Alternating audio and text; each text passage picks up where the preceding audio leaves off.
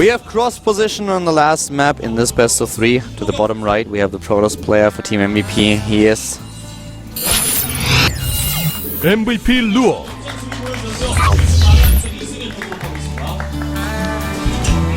And his opponent, the Zerg player top left. The final boss, he is MVP. Street Fighter voice pulling a little bit of a Ken. Yeah, he's caught what Ken has. I don't know. It seems to be contagious. Yeah, I don't want to get it. I have to talk a lot for my job. Yeah, exactly. I'm actually here to talk. Yeah. If we commentated in sign language, I don't think it would be as effective. We'd have to be on screen at the bottom right. Yeah. And I don't want to learn sign language. Yeah. You know, if I could use it to help people, I'd love it, but right now I just don't have the time. Well, I'm a little bit interested in what exactly we're going to see in the third game, because I found this build on game 2 very weird. It looked from the beginning like we are going to see an expansion play by Lure, then DRG with all this pressure, and apparently I want to know if Lure actually wanted to go into this push, or if he just was forced and was like, well, okay, I have these units out, I'm not quite sure if I take my third or if I go just for the attack, and just decided to go. But it just seemed so late for an Immortal push. Yeah, I think he just felt forced into doing it by DRG, and he had all the infrastructure building to have a third base. You know, when you build those gateways, it allows you to go into a third and also continue to increase your tech, going to Robotics 4 Bay, for example. He really loves poking that hatch, I just want to add. Yeah. But DRG moved in, he killed some of the sentries, but he lost a lot of his roaches, his Ling Force was gone, and based on the fact that he had 2 forges, I could never imagine someone wanting to have 2 forges and then hitting a timing with 2-1. Yeah. Against a normal Zerg play, it just wouldn't work. He added those extra gateways very, very late. Those were minerals that were, I think, originally supposed to go into his expansion, but then he saw those units streaming across the map with the Observer, and he was like, well, I guess I'm not going to expand here. You will have way too much, so I can just try to go up and go for a counter-attack instead. It's really interesting. DRG was so concerned about the probe that was attacking his hatchery, he even sent a drone down to chase it away. And that's, you know, will of course eventually add up if he leaves the probe there. But actually accomplished something for Lure. Lure is at cross spawns. This is something that DRG actually is going to find out very soon. He sends his Lings around the right side of the map to check. So unfortunately for him, the incorrect location. He sees no forge, turns around immediately. Third base going down for DongRaeGu now. 4:20 on the clock. And we have the third hatch. With the cross position, he should be completely fine here. It's actually a little bit difficult for the Protoss player to do something here. The big problem is, what exactly are you trying to achieve? You can't really go for a timing push, at least not for a normal Immortal timing, that doesn't work. And what else are you going to try to pull off here? So this is a great map also for Mutalisk, something that DRG has already shown in game number 2 that he is really confident in playing. Yeah. We haven't actually seen the Mutalisk, but he went into the Spire right away, so this could be something that is also happening in Game 3. If we saw Lure actually try to take that late third base, the Mutas would have been great for that. And I like his choice for this. Lure is so good with his probes to scout. Will he poke the hatch? No. Too many Lings. Goes away. But what is Lure going to show us? He seems to be very keen on taking fast third bases. It's just like, what have we seen on this map against Zerg? We don't really actually see it all that often in ZVP. When we have it in Team League, that's not the matchup that you want to go for. And what we kind of see from time to time is really a play in the late game with a lot of Archons trying to hit these really heavy timings. But Lure is going into a Stargate, and this is like it's the common tech these days. Going into the Stargate with the Phoenixes, trying to put pressure on the Zerg player, snipe a Queen or 2. If that's not possible, at least take a few drones, kill the Overlords, put pressure on the Zerg player. You have something that can deal with your opponent's roaches. If there's a counter push, at least delay it a little bit. So let's see what Lure can actually achieve with this. Yeah. I think, well, with the robotics going down here as well, he's going to have a lot of opportunities to scout what his opponent does. He's going to have Phoenixes flying around, he's going to have observers, he's going to be completely in the know. And at cross spawns, this is going to be extremely crucial because you never know what your opponent's doing until it's halfway across the map. And then, you know, cross spawns give you a lot of time, but it's harder for you to walk units across the map. Yeah. Nice block here. The Overlord doesn't get the scouting Overlord's like, information. I'm out. Yeah. Not going to risk it. Not an emo lord. No. I like that. Not that fed up with life. So, just always floating around doing nothing. Sometimes I spread creep, but I don't get to make the choice. Unleash this little hug. I have to say, you know, Overlords, for being controlling, you know, they're actually what control the Zerg army. They're the ones that keep the Lings in check.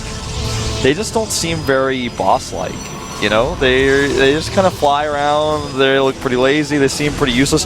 I mean, would you take orders from one of those things? I probably wouldn't. I mean, he has a lot of eyes. He smells funny, but he's pretty harmless. Yeah, well, we established earlier already that the Overlord is not the only thing that smells funny here. But right now what we see is Overlords just dying, and I feel if they would really be Overlords, then they would do something about this. I mean, this is a puny Phoenix, okay? You're an Overlord. I always imagine the Overlord like clasping its hands together like an Overlord, like a real Overlord would, like a human Overlord. Okay. But I don't think his hands could quite reach. It would look a little bit silly. Yeah, I would do that. Well, the Phoenixes have been shown now. He's actually going for the Warp Prism build we've seen JYP do.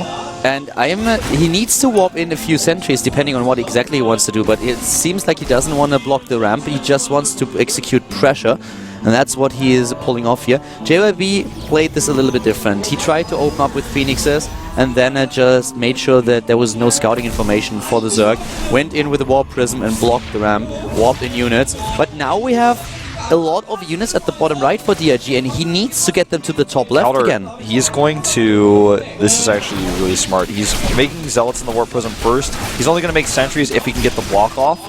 He's just going to go right into the main base here and make a Force Seal wall. He has so many gateways. He has an insane amount of production. He's surprisingly not warping in sentries. Looks like he's just going to totally counter what DRG has been showing. Only Lings, no Roaches, and you know what, man? I'm not so sure that DRG is going to be able to defend this. One of the reasons why we don't see the force fields and the sentries is that he actually has 2 hatcheries in his main base, and with the production that you have here, you can build the units that you need. The big problem is DRG does not have a Roach Warren, and the only has infestation Lings. pit just finished, and with Lings against the +1 attack upgrade, good luck with that. Well, he has such a massive amount of them that it looks like he may just barely be able to pull through. He has 53 out on the map right now. It's just not going to be a cost-efficient trade. Yeah, but I feel this is pretty over. He has to get out of there. There's no more potential for damage. Yeah, this push was definitely taken out now. So DRG, he's now on 3 bases with 110 supply against 62 of lore. This team kill just feels a little bit awkward because of how these two players try to counter each other. Great Zealot Warp in here. This is the engagement that's going to be a bit problematic for DRG because this is going to be a great trade for lore, who also starts lifting up some of the Lings. But the Roach Warren is done. Yes. The Roach Warren is done, and the Roaches, they will take him out. Also the upgrades, +2/+2 has been started. So these Zerglings in the last fight were able to just rely on the upgrades too. We didn't have the situation anymore where the Protoss players ahead with an attack upgrade, and this broke lure. If those Zealots have the 1 attack upgrade more than the Zerglings have the armor upgrade, then you can 2-hit a Zergling with a Zealot, and this gives you the power that you need to make this work. But with DRG's fast 1/1 upgrades, that didn't work anymore. Yeah. Lure had a plan. He executed it fairly well, but DRG just had so many Lings on the map because he was expecting a 3rd. Oh, this is not a good position for the Lings to fight, but again, he just has an overwhelming amount of them, and with the upgrades evening up, yeah, he is okay here. Exactly. He takes them out, and by now, Lure definitely has lost a lot more resource than his opponent. And just look at how much gas DRG has. He's building 6 Infestors now, and he still has so much. He can do whatever he wants with his tech. He is on 3 bases, can take a 4th if he wants to, whereas we have the Protoss players still on 2. Yep, he actually starts Aspire. That Queen died in a weird fashion in the middle of the air, but he's making 11 Infestors right now, and 4 Queens are still out on the map. So even though he lost a few Queens, he's hitting all of his injects. In fact, his creep spread is already down to the Watchtower. And Lure is desperately trying to do damage with his Phoenixes. 1 Fungal is all it's going to take to shut this down, though, and the Infestors are about to pop. 63 drones now for DRG, even though he lost a few. And here comes this. This might actually be like one of the final attacks. The only thing that DRG has to do at this point is make sure that Lure doesn't take his 3rd base. And here comes the Spire, and on a map like this, if you have your 3 bases, you take in the 4th, you have all this excess gas, you can just go into a massive amount of Needless. He can also just go into the Hive Tech. He has all the options here. With the Infestors that we see, there was a huge commitment into gas already, but whatever Lure does, DRG will be able to hold it off for some time. Yeah. DRG sees the Colossus. but he's going to be able to make Corruptors here. The third base is so late now. Wow, he's catching the Colossi here with this massive amount of Lings. Looks like he may be able to get just one of those down. Close, but not quite. Still damaging it quite heavily, but this actually gives Lure a supply lead for a moment until those Corruptors get started. Yeah, 8 Corruptors are now being built.